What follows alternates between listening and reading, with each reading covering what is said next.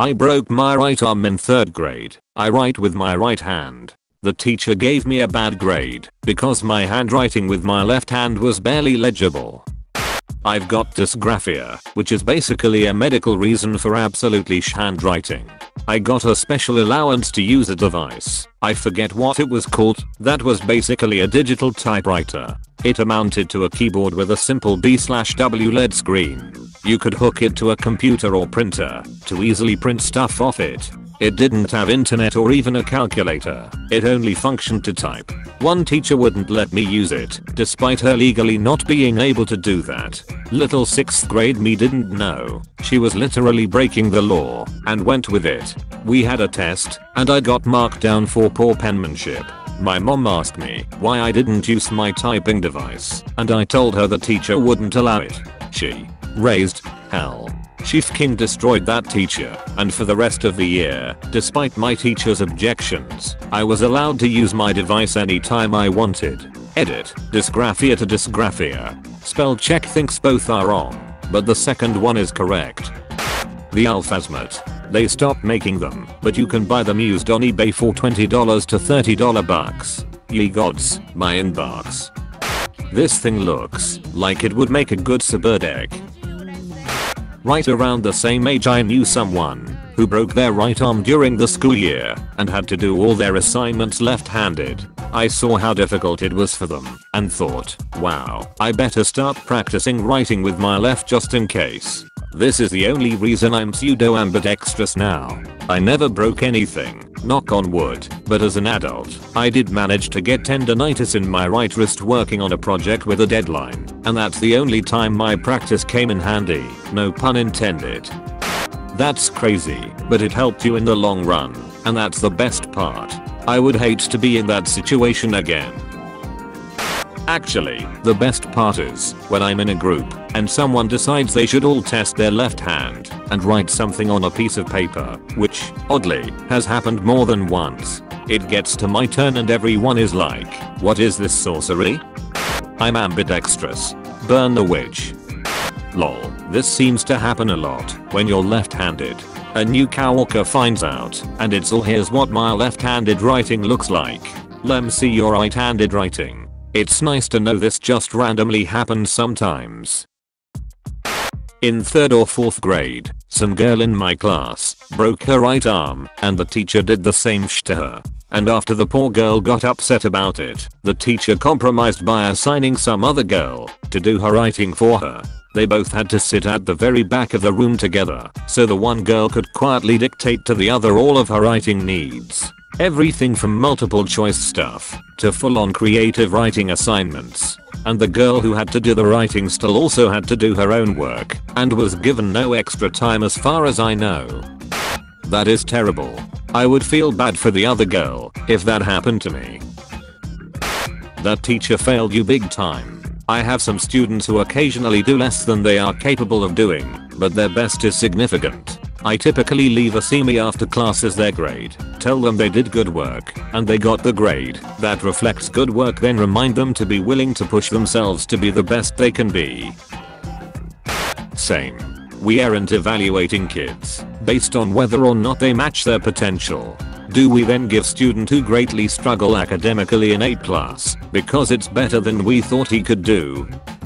Billy, you get an A. 2 plus 2 isn't 5, but you were only off by 1 this time. Samantha, you get a C+.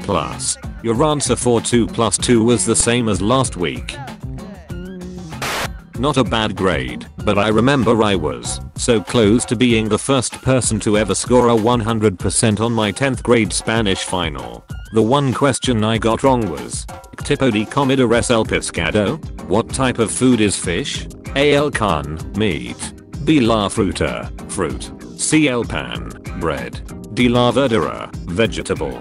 I of course picked meat and got it wrong because my teacher insisted that fish isn't meat. She's a Catholic and eats fish on Fridays during Lent. According to her, the correct answer is fruit because fish are sometimes known as the fruit of the sea. What the actual F? Cram your 99%, senora. I've had bad Spanish teachers, but what? I've had so many interneters reply to me that some word I used is made up or not a word when you could have just entered it into a dictionary to see that it's definitely a word. How arrogant do you have to be to assume that a word doesn't exist because you never heard of it and not at the very least take 10 seconds to check it in a free online dictionary?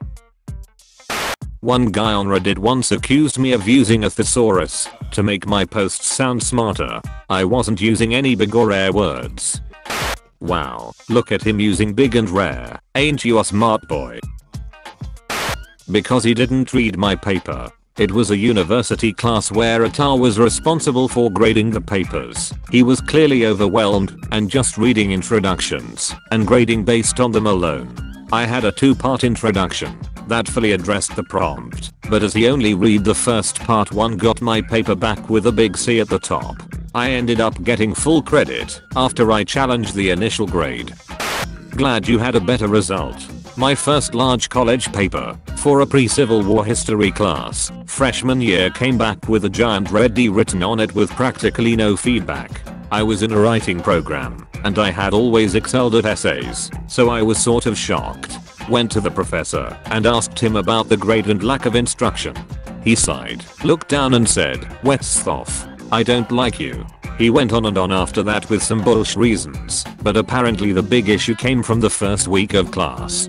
He was talking about manifest destiny and said something like, "Now you have to remember, back in those days there were 50 to 100 miles between towns out in the western USA." And I raised my hand and said that there was still 50 to 100 miles between towns in the western US. He said I was exaggerating, and I told him I wasn't, because that's where I grew up.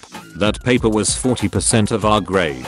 He refused to change the grade or even reread it. I scraped a C+ in that class, and I was so fucking proud of that grade, even though it was the worst grade I received in my life. At the end of the semester, I decided to ask him for his grading documentation to see if I could challenge the paper with the school, but he claimed he had already thrown it away. I found out later that was bullshit too, but I didn't press any further. You should have pressed, at the very least, so he doesn't try that bullshit with someone else. Agreed. Had similar thing happen. Prof didn't like me, cause of my beard. Went to Dean. Dean tried talking to him. He refused to do anything. Dean went sent my paper to another prof at our sister school who taught the same class. She reviewed it and graded it, went from a D to a B+. I forgot to cite something, and I had a few 2-3 spelling errors. Dean submitted the new grade instead, which gave me a B overall in the class. She gave me a 0 because she didn't think I read the book. She said I would have gotten a 75% if she thought I read it. 75% of the test questions right supposedly means I didn't actually do the reading. Still one of those things that pisses me off even 10 years later. Why wouldn't you give her a verbal synopsis of the book when she said you didn't read it? Because they didn't read it, clearly. But how do you know I didn't read it? Are you talking back to me, young man? I'm legit asking you. Don't take that tone with me. Me. Defends myself with facts and logic. Adult. I'm sorry, I don't speak disrespect. Legit asking me doesn't have any literal meaning, young man.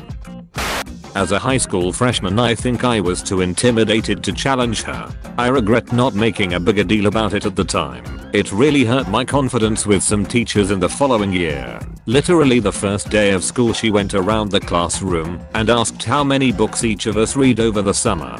I said 6. She asked, seriously? But really, how many? 6. Why is that so hard to believe? I don't know exactly why. She just didn't like me. I never really had an issue with any other teacher, and I was a pretty good student. I have my suspicions of why she didn't like me. At class most students breezed through with an A, and reading Spark Notes was a class she micromanaged me like a hawk in. Still baffles me to this day, but it is what it is.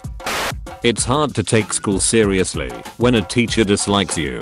I've had teachers in college that have laughed at my attempts at serious answers, and one teacher pointed out that everyone got this answer right except me once in front of an entire class. Some people are genuinely horrible for literally no reason. When I do get an answers right, this same teacher would find something to take off a fraction of a point, such as penmanship or not doing a step the way they would. I can't wait to be done with the education system. It's terrible, and if I managed to find the will to procreate, I'd have my kids either homeschooled or taught in a private and controlled facility.